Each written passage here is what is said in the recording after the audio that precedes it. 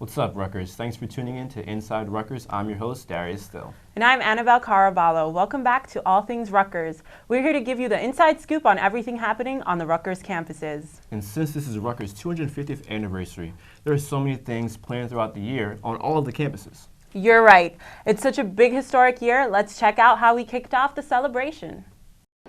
Rutgers is celebrating its 250th anniversary, and what better place to have a birthday party than right here on Queens campus, where it all started in 1766. Students, faculty, and alumni are all here to join in some revolutionary fun. From handbells, historical actors, to scroll signing, College Avenue was the place to be on November 10th. Well, I dressed up and came out to this event today because I love Rutgers and I wanted to support the 250th anniversary. You just have to be here as a Rutgers student. It's so awesome. We're the 8th oldest in the country. This 250 is such a big number. It's got to be out here for that kind of stuff. I think it's great to go to such a huge school that's been around for so long, even before the country was developed. So I think it's great to celebrate with everyone and all the alumni who are here too. So I came out to celebrate because we're very proud of Rutgers being a state university of New Jersey, 8th oldest college in the United States. That's awesome. I want to be part of it. The rain didn't dip in too many spirits as tons of people came out to celebrate the start of Rutgers' 250th birthday, with music, cupcakes, and the unveiling of a present from Johnson & Johnson. When they unveiled the gift, it wasn't exactly what I expected, but it was definitely pretty cool. I like the idea. The whole theme of this event has been Rutgers being revolutionary and highlighting the R and the U in revolutionary. It was pretty cool, clever idea. I like it. I think it's really awesome that it's something that can move around all the campuses, and we were made before the revolution, so revolutionary is kind of our motto for our 250th year. Even President Barchi joined in on the fun, taking selfies with the students. Besides the gifts, students seem to love the other events set up around the celebration as well. You know what, my favorite event was the movie that they recently just played. It talks about Rutgers recently, how it got started. The photo booth that you get to dress up in all the revolutionary clothes, you set a little background. It's cute, it's fun, and it definitely is a good way for them to spread a Twitter movement about it. It's pretty cool. I liked the part where we did a scavenger hunt to find different Rutgers facts. I think it's so cool to learn about different things about the university that I'm a part of. What a great way to celebrate Rutgers' 250th anniversary. There has been so much history that has been celebrated here on the banks of the Raritan, and even more to come. Happy birthday, Rutgers. Emily Gibbs, RUTV. That was such a great gift we received from Johnson & Johnson. Yeah, it really sums up the Rutgers spirit. Now, there are a lot of ways for our students to get involved throughout the year, and one of them is through the Here Now photo gallery. So let's see what some of our creative undergrads have been doing in honor of the 250th anniversary. In honor of Rutgers' 250th celebration, the Zimmerly Art Museum is curating a one-of-a-kind exhibit that will showcase a variety of different photos taken by the Rutgers community.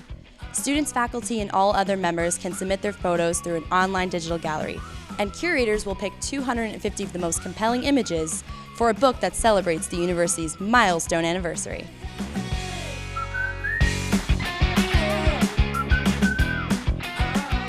We wanted to really get the students, faculty, staff, and alums involved in something that helped celebrate the fact that Rutgers has been ongoing for 250 years.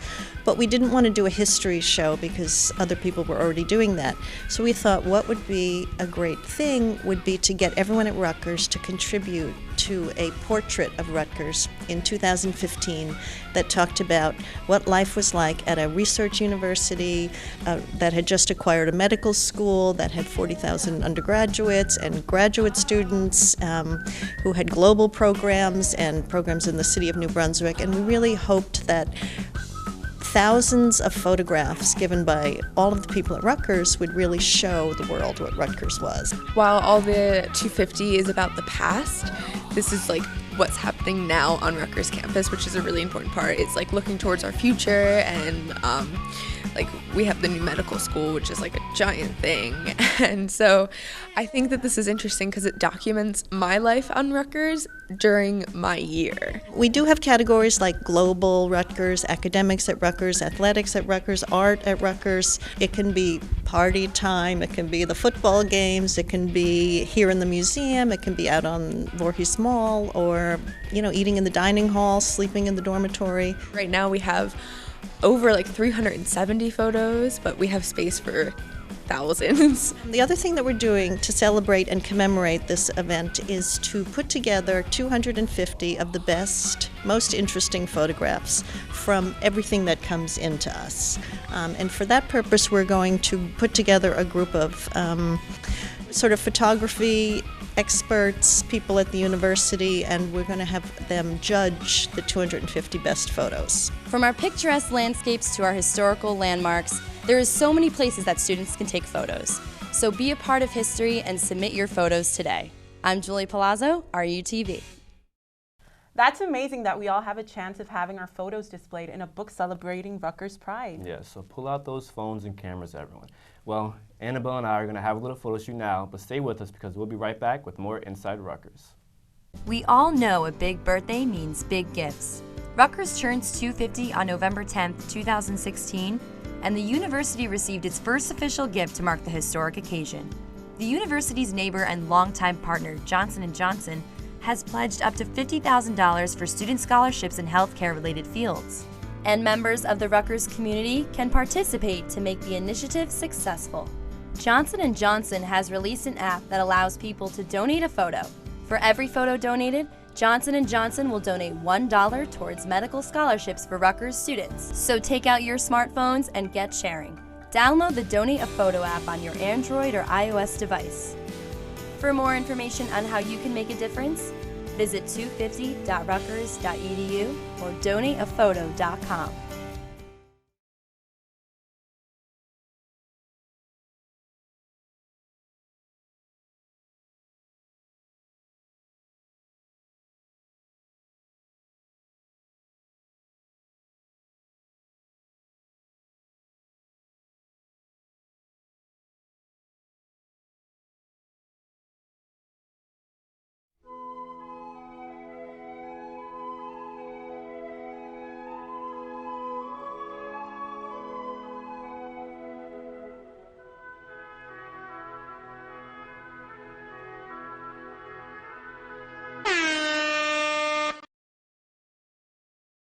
There's a better way to wake up in the morning.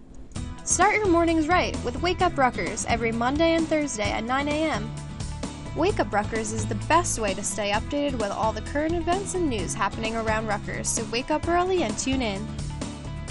For more information, visit rutv.rutgers.edu/programming-channels/wake-Rutgers.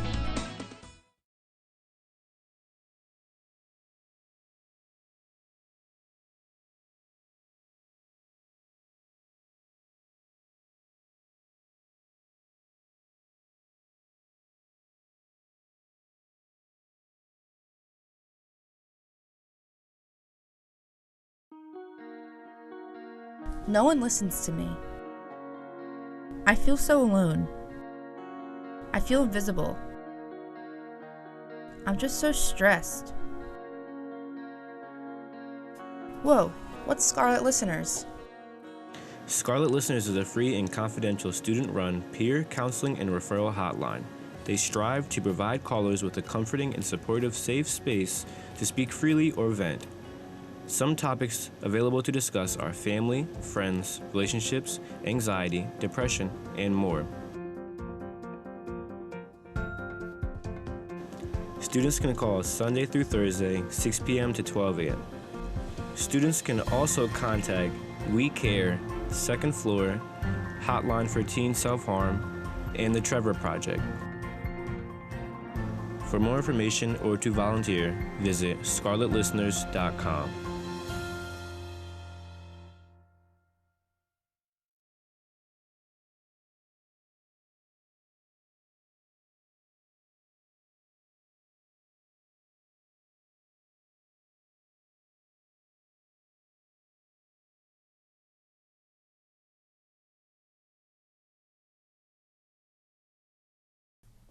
Welcome back to this episode of Inside Rutgers.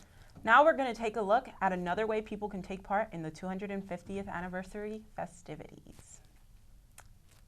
As a Scarlet Knight at Rutgers, we have the privilege of attending a school that is 250 years old. And now with the new Rutgers 250 app, you can become a student historian.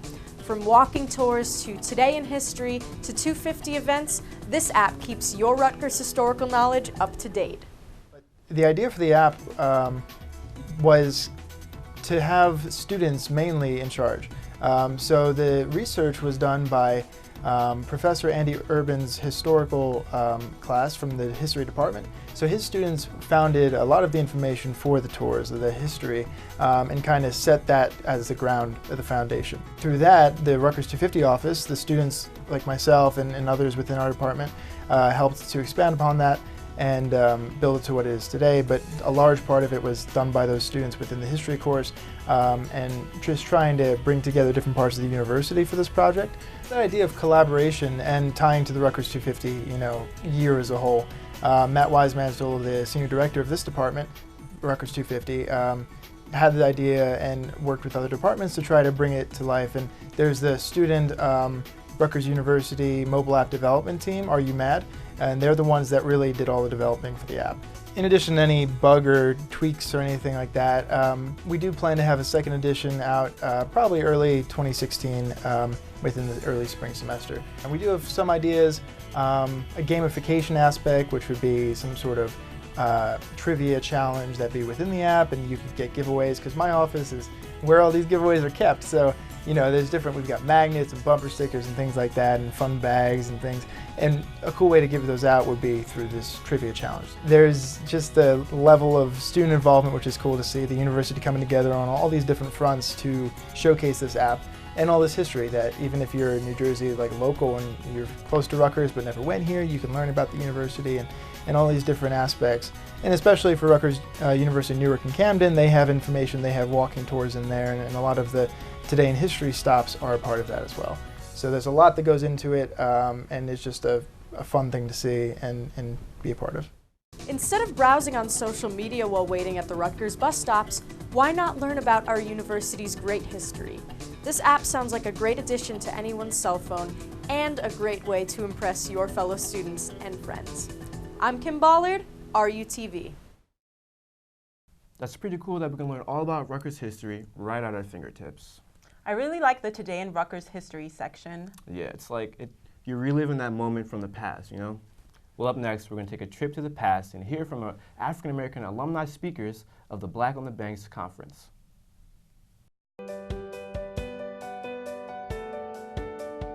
As a part of Rutgers' 250th anniversary celebrations, this conference, Black on the Banks, provides insight on African-American student life here in the 1960s.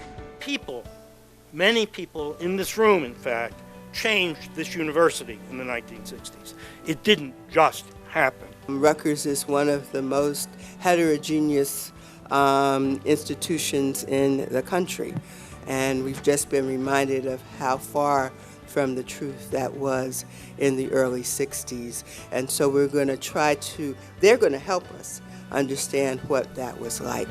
This weekend is, in other words, a chapter. It's not the whole book. And one thing that really influenced me was the fact I'd gone to Rutgers and I saw how discriminated we actually were. I'm a man of substance, of flesh and bone, fiber, and liquids, and I might even be said to possess a mind. I am invisible, understand, simply because people refuse to see me. When they approach me, they see only my surroundings, themselves, or figments of their imagination. Indeed, everything and anything except me. That's how I felt at Rutgers. I hear in all of us a loneliness. I don't know how to express the loneliness, missing, and the searching for self as well as blackness, but yourself in blackness. What people don't realize is how segregated we were from each other. Yeah, right. So that days would go by and you did not see an African American person at all.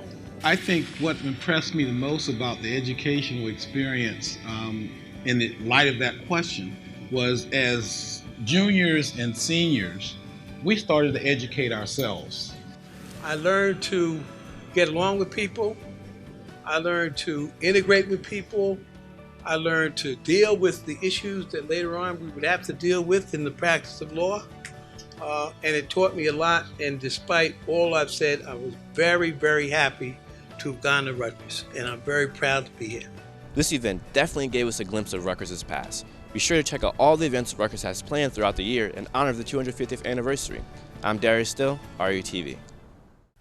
Now we will be taking another quick break, but please stay with us because we'll be right back. By the time this video ends, someone will develop Alzheimer's disease. It is the only top 10 cause of death in America that cannot be prevented, cured, or slowed. 1 in 3 seniors dies with Alzheimer's or another form of dementia. Almost 2/3 of Americans with Alzheimer's disease are women. Rutgers Knights Against Neurological Diseases and Disorders stands against this disease. For more information on Knights Against Neurological Diseases and Disorders and Alzheimer's, please visit www.kanddru.com.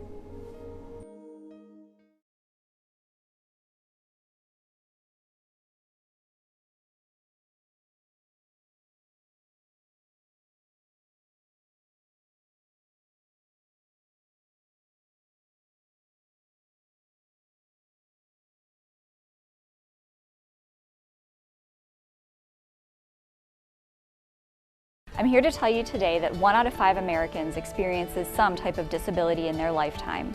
The Office of Disability Services has significantly impacted my life here at Rutgers. There are many different symbols at Rutgers that people think about when they think about disabilities, such as curb cuts and automatic door operators.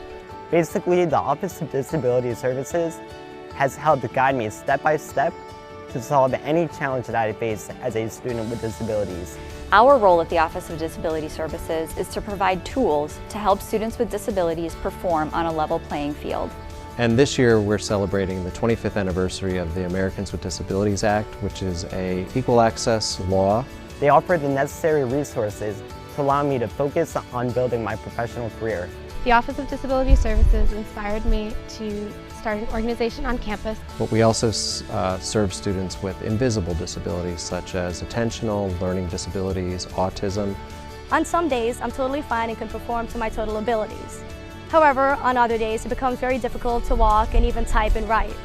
Without the services provided by the Office of Disabilities, I wouldn't be able to contact my professors, and I would be too shy because of the fact that I don't look totally ill all the time. My advisor, Clarence Shive, has coordinated with other Rutgers services, such as paratransit and housing, to ensure that I was being well accommodated. I want to say thank you to everybody at the Office of Disability Services, especially my coordinator, Kathy Loder-Murphy, for all of their support through everything. If you think that you may have a disability that's impacting your educational progress in any way, we welcome you to discuss this with us in complete confidence. Or think about your friends who might be struggling and tell them about our office too.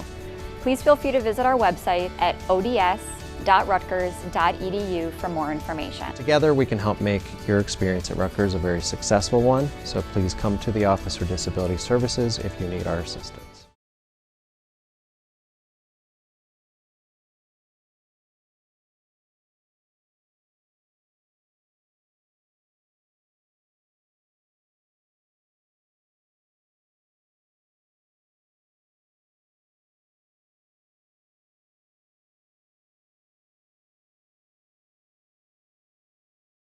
Thanks for staying with us, and if you're just tuning in, we're giving you the latest on everything Rutgers.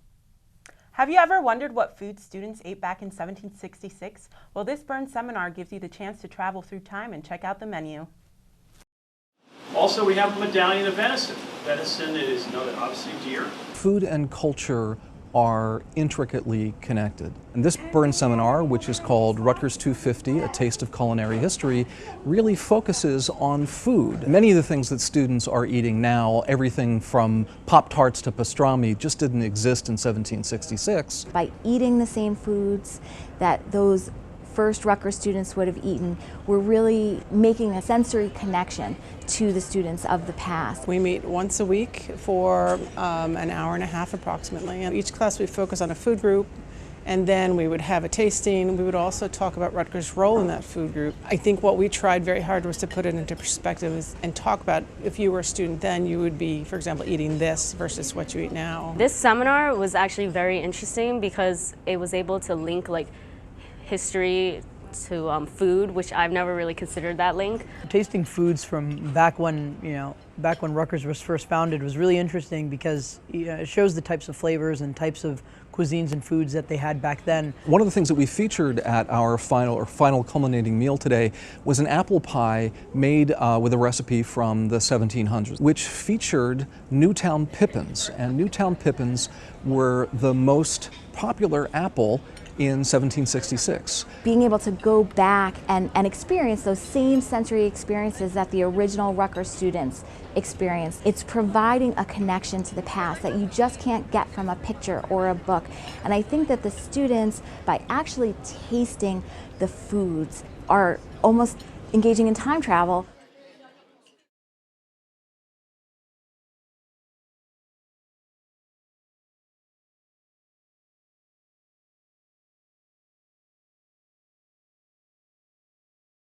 Apple pie actually looked pretty good. Maybe at this scarlet spot, students back then ate some of those foods. So let's check out this iconic Rutgers spot. Chartered in 1766, Queen's College was named after Queen Elizabeth, the wife of King George III. In 1825, the school was renamed to Rutgers College in honor of Revolutionary War hero Colonel Henry Rutgers. A fun fact is that classes were first held right down the road from here in a tavern called the Sign of the Red Lion. Today, we sit down with Senior Director of the Rutgers 250 project, Matt Weissmantel, and learn more about this historic campus. Old Queens was originally where the entire university was situated when first founded as Queen's College back in 1766, and when the building itself was constructed in 1809. Classes and offices moved into the building during the 1820s.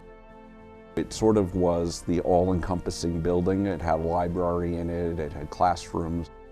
Today, it has become primarily a university administrative building, which is pretty typical across the country for original academic buildings that are over 200 years old. When Queen's College was first founded in 1766 and all the way up into 1890 in the building of the first residence hall, which was Wynant's Hall, students lived off campus.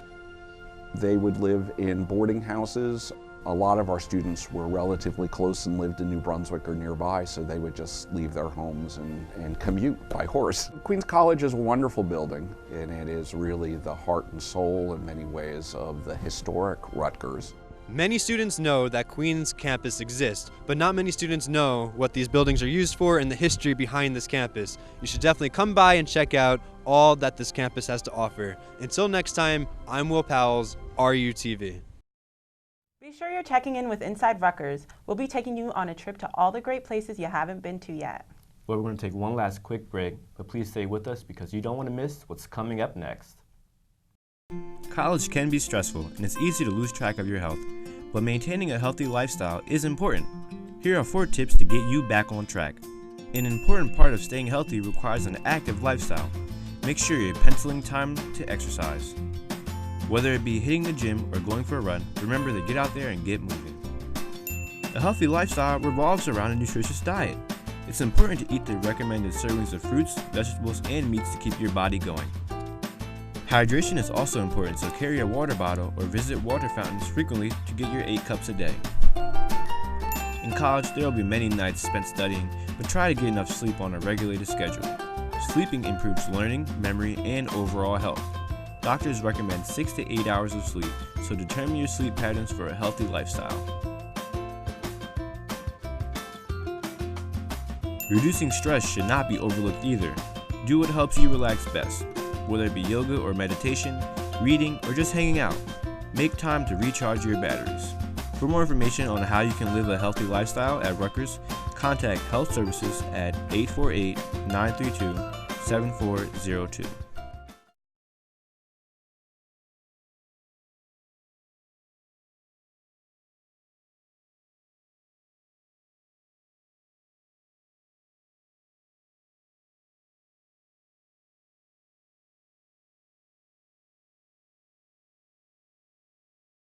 Welcome back, Rutgers.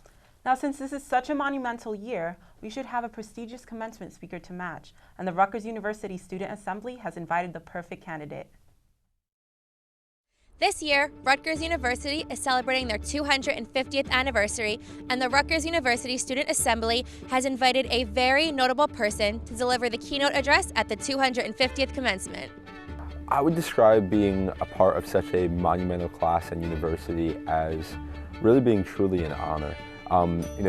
Being able to be the president of 34,000 undergraduate students here at Rutgers University, which is one of the most premier research institutes in the entire country and one of the top universities in the entire country, is an honor in itself. But to be able to do that and be part of the 250th graduating class is just historic. I would like to hear President Barack Obama speak at our commencement this year. Recently, I wrote a letter to President Obama encouraging him to come speak at commencement because he is the President of the United States and the leader of our country. And I just see that being so fitting, being the 250th anniversary for Rutgers. So we decided to write the letter to President Obama because seeing that 2 years ago that President Barchi did write the letter and that there was support for this going back 2 years, and now this is the actual year for commencement, and we decided that there needed to be a push. We found it that necessary for me to write another letter kind of reinforcing President Barchi's message, trying to get President Obama to come. Usually what happens is in the beginning of the year, students have the opportunity to answer a form where they can submit who would they like to see speak at commencement. All those forms will be reviewed by, we'll go to the University Senate and ultimately the Board of Governors. So it's a little different being in so far back and that we're still pushing it. And especially since this is also a campaign to get President Obama to come, whereas usually it's just an invitation with other speakers. If we do want to get President Obama to come speak at commencement and the student body is serious about wanting him to come, this isn't just an effort on my part with the letter, this isn't just an effort on Roos's part. This has to be an effort of the entire student body to try and get him to come. I think that if President Obama does decide to come speak at commencement, that we're probably not going to know until about 2 weeks before. I imagine for security purposes and just for his schedule, it's going to probably be a little last minute. So it'll definitely be not getting pretty close to commencement until we finally hear from him. Rutgers' 250th year will be a big one, and we may even see our president speak at commencement. I'm Chloe Cooper, RUTV. Well, that's all we have for this episode of Inside Rutgers. Please be sure to let us know if you enjoyed the show, and if you have any comments or suggestions for our next show, tweet us at Rutgers TV. And remember, if you missed any parts of this episode or any past episodes, you can always check us out online at rutv.rutgers.edu. Thanks for staying with us, and we'll see you next time on Inside Rutgers.